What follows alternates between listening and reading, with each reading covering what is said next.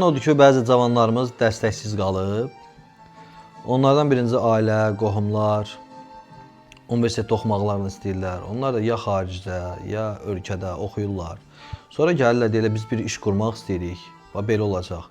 Bütün qohum-əqraba, evdəkilər düşürlər ona o işin necə olmayacağı haqqında əfsanələr danışırlar. Və o da bir baxıma çəkinir və onu məcbur edirlər ki, getsin birinin yanında işləsin.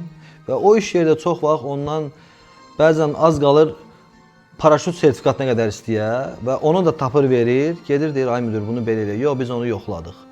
Biz belə eləsək necə? Yox, o da elədi, alınmadı. Biz 50 ildir bu işdəyik. Biz deyən elə belə də gedəcək. Onun da bir həvəsi ölür, enerjisi gedir. Enerjisini başqalarıyla mübarizəyə sərf edir. Nəinki o yenilik, yaradıcılıq.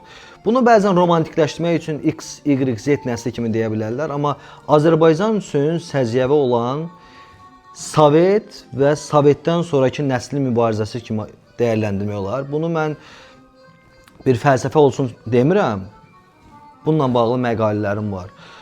Gənclərə ən önəmli lazım olan o bəzən o homo sovetikus deyirik, qoruyucu nəsil. İqtisadi terim belədir.